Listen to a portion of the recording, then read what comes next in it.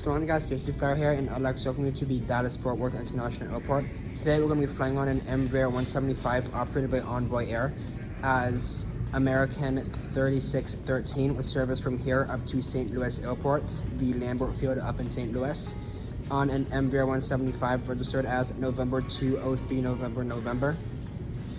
Up there tonight. It's actually almost dark right now, and you can see the plane behind me. And we're gonna be arriving in the dark too again. I spent all day spotting here, and yeah, I tried to get on an earlier flight standby. Actually, I tried to get on a the American Heritage delivery, which operated as an earlier flight to St. Louis. I tried getting on that, but it was full. So yeah, now we're stuck here tonight on a Embraer 175 up there. But we're in premium 9D is my seat. So anyway, we are at the gate right now, and I'll see you when we are boarding. Well, I was booked in a premium seat, but as we started boarding, my idiot self wasn't paying attention to the seat map and realized that I was actually booked in an aisle seat. So I realized that seat 19D was open near the back, which was a window seat, so I went ahead and took that. Your carry-on items in overhead compartment or underneath the seat in front of you. Small, lightweight items may be placed in the seatbelt pocket as long as they do not block the pad to the aisle. The seatbelt sign. Seat 19D on the E175 is a main cabin seat with a pitch of 30 and a width of about 19. And to my surprise, it actually had backseat power, which is actually really nice to have. We're all set up front. We're just waiting for the final paperwork to come across the printer. And we'll be pushing off the gate for our flight of just over 1 hour up to St. Louis. Should be a nice evening for an airplane ride. We just came back from there. A little bit bumpy coming out and going in, but the middle of the ride is going to be fairly nice. Sit back, relax, enjoy the flight. And like that, we started our long taxi toward runway 17 right. I was kind of hoping we would get runway 18 left because it was closer, but we had to take that right turn over the bridge past the terminal for the departure pad for runway 17 right. So we went ahead and waited on the holding pad, but eventually we were able to depart.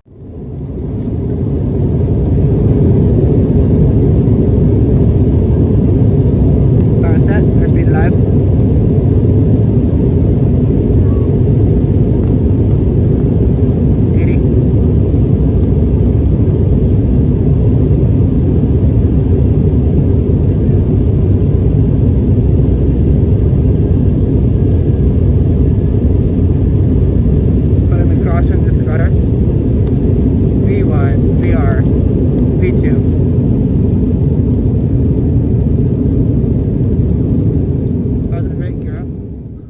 Our departure out of Dallas was really windy, so there was a lot of turbulence, up to about 10,000 feet.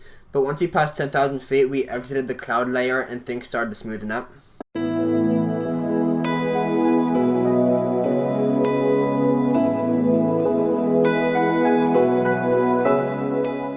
After we got to cruise, there was limited food and beverage service due to COVID, but there were alcoholic drinks available in the first class cabin. I didn't have anything, I just tried to look out the window and enjoy the views at night. I also got my camera out and looked at my spotting photos from the day.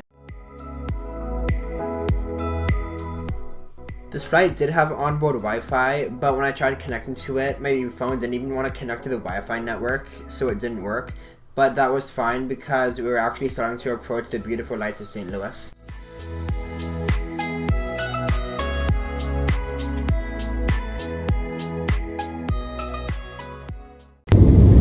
Ladies and gentlemen, we'll be arriving shortly with the flight attendants. Please prepare for landing. Good night, everyone.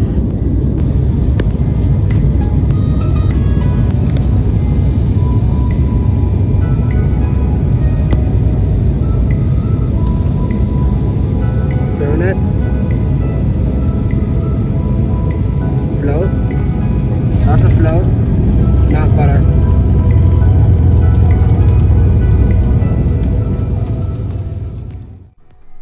And that is us done in St. Louis. Me being the idiot that I am, I accidentally forgot to screenshot the Raleigh rating, so we're just going to talk about the flight and then do an overall rating at the end.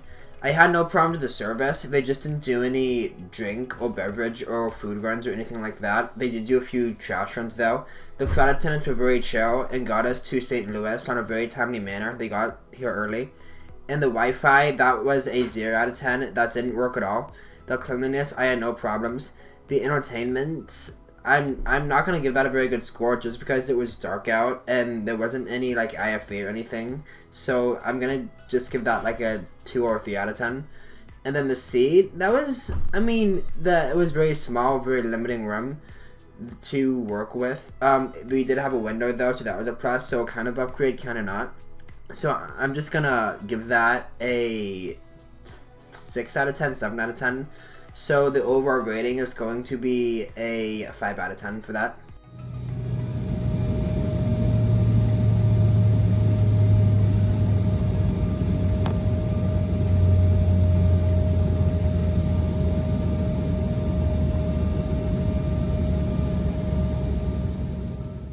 I deplaned into St. Louis Terminal C. Terminal C was pretty welcoming. The gates are pretty well marked and pretty well spaced out. There's an Eddie Bauer right outside of TSA, and then landside, there's a museum at the baggage claim area showcasing the age of St. Louis and some history too. The weekend after I was there was a massive volleyball tournament going on, and it was impossible to get an Uber. So we were there standing out for a solid like 20 or 30 minutes, but eventually we did get an Uber and started going to our hotel. And like that, good morning. Like that, it's another day, and I started my day right with some pancakes. I'm actually in St. Louis for a reason, and that is to check out the Parks Aviation School at the downtown airport in St. Louis. My tour started by touring the main St. Louis University campus. It had a very Harvard feel to it, as if I never left Boston. Some brief facts about the university. It has a campus both here in St. Louis and Madrid, Spain. It was founded in 1818 and the oldest university west of the Mississippi. The Aviation College, known as Parks, is located at the downtown airport with the ICEO, Kilo Charlie Papa Sierra. But before taking an Uber over there, I had some of IKEA's finest, sweetest meatballs and cuisine. Believe it or not, this is actually my first time eating at an IKEA. The flight center there consists of cubicles for the flight instructor and student, as well as a dispatch room for training. The training aircrafts include Diamond DA-20 for private pilot and instrument training, the Piper Archer for commercial training, and the Piper Seminole for multi-engine training. But perhaps my favorite part was the massive FedEx Boeing 727 parked outside. And does the FedEx 72 over there just belong to the school or the airport? It was a donation to the airport. Out here, sitting right next to the FedEx Boeing 727 that was donated to the St. Louis downtown airport by FedEx. Looks nice, retired, sitting out here in the field. Her nickname is Michelle, as you can see there behind me. Pretty tired, but she did well. After we finished touring the Parks campus at the St. Louis downtown airport, it took us almost an hour to an hour and a half to get an Uber thanks to that volleyball tournament. Eventually we did get an Uber and started toward St. Louis, and then started toward the St. Louis Lambert Airport to board our American Airlines Airbus A319 that was going to take me up to Chicago that evening. The check-in area at Lambert Airport had a very 1960s feel to it. I got through TSA with absolutely no problem, and like that, I was airside. Now, right now, I just want to make one thing clear that I know I should have covered long ago, but it's just coming to me right now as I edit this. I'm following all COVID guidelines when I travel. I follow all of them. I know when I record stuff with showing my face, I'm not wearing a mask. I take it off and put it right back covering my face right after it. So I wear a mask, I follow all guidelines, I'm being safe when I travel. So I just want to make that abundantly clear right now.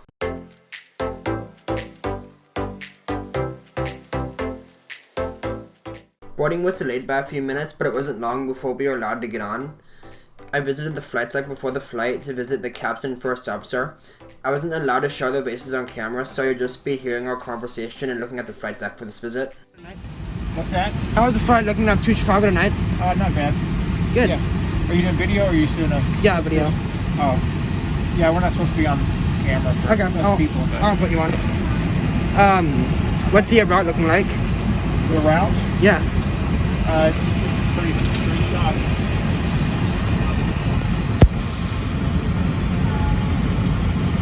Nice. And what else are you using it? Nice. 32,000. 25,000. 25,000. Yeah. I'm a student pilot with about 17 flight hours. Yeah, so I'm an av geek. Yeah. Good job. Yeah, thanks. You want a pair of wings? Awesome. They got a pin on the back to be careful. I see. Yeah. Good. Well, Yeah. I'm glad you're flying. It's Yeah. really fun. Oh yeah. How many? You flew in the Navy, I flew in the Air Force. Awesome. Yeah. American. Awesome. How many hours do you have in the FB-20? I've got like 4,600. In what? In the Airbus. In the Airbus. Oh, in this, I have whatever was on my thing, 1,500.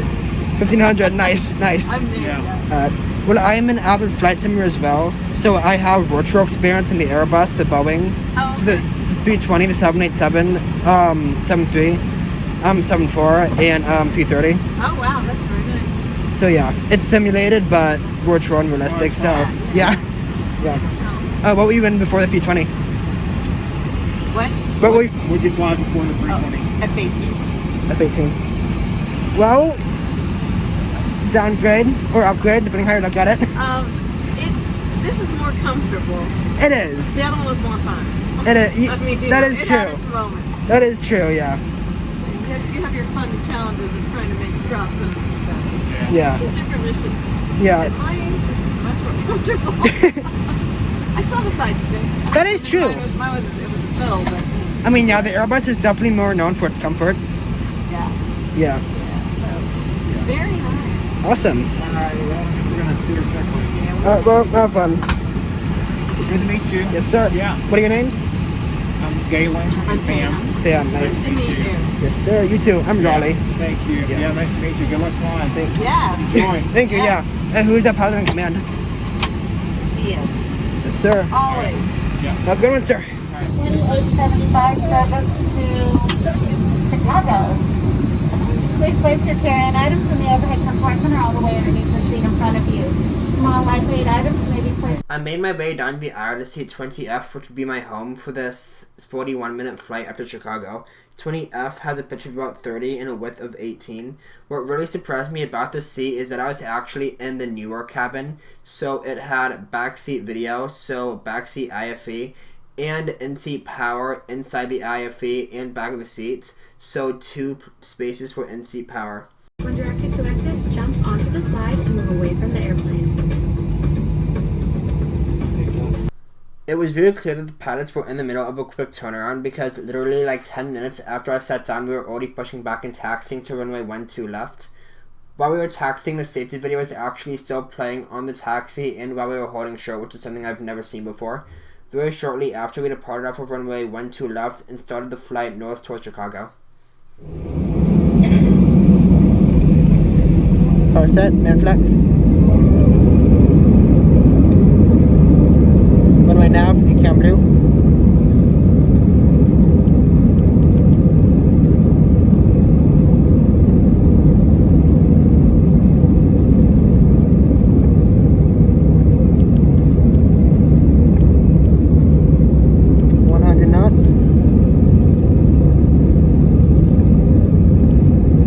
V1, VR, V2.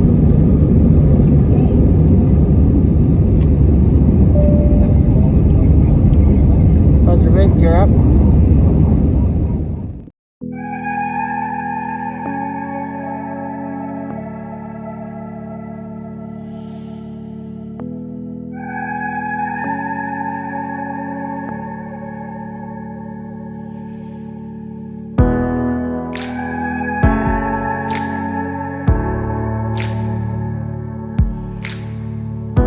As the flight progressed, I got to take a closer look at the American Airlines IFE device on my seatback.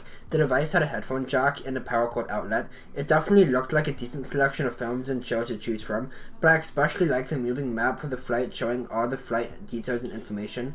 Since the flight was just under an hour, I didn't have enough time to watch anything. I got my sandwich out that I got back at Lambert that I enjoyed chewing while looking at the beautiful entertainment outside. This was definitely an upgrade from the E175 and the A321. As soon as we leveled off, we started right back down again. Now enjoy the sunsetting during the time lapse I took of the descent. Days of thunder I hear, they come when you're near. Why must all that I touch always fall into dust? We are fluid like the ocean waters, but you only crave for solid ground.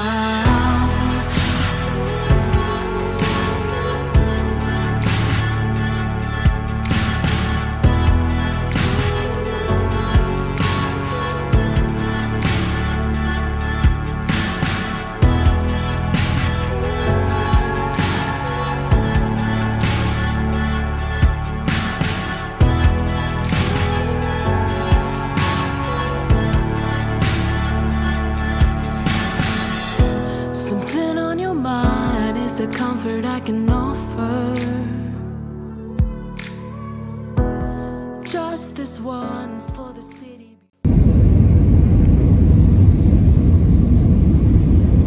Clear?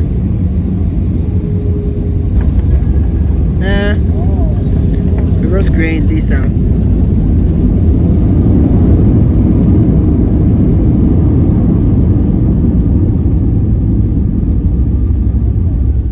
And we're done in Chicago. I also forgot to screenshot the Raleigh rating for this flight as well, so we're just going to talk about it again. So I think the service was great. They took great care of us for the short duration of the flight. They didn't do any food or beverage runs for the main cabin at least, but I'm sure they did something for the first class cabin. They did multiple trash runs, so that was good. I definitely think that the new and upgraded cabin definitely did this flight justice in giving it such a high Raleigh rating. So the Wi-Fi didn't work, the cleanliness was fine, the entertainment, man, those views were nice. Like, I really enjoyed looking out the window at those views and eating my cheeseburger while looking out the window. So that was really good on the entertainment side. And plus, on the longer flights, I probably would have enjoyed watching what was on the IFE. And the seat, I'm going to give that a pretty good one. The legroom was fine for what it was. And the wing view, I loved that wing view and looking out the window at those views. I loved having the TV. I loved having all of the seat back power sources. So for the Raleigh rating, I'm going to give that an 8.5 out of 10. Thank you for flying with us this evening. Hope you enjoy the rest of your evening in Chicago or wherever your final destination is. Also, ladies and gentlemen, on tonight's flight, we do have about 18 young men and women that are serving our country.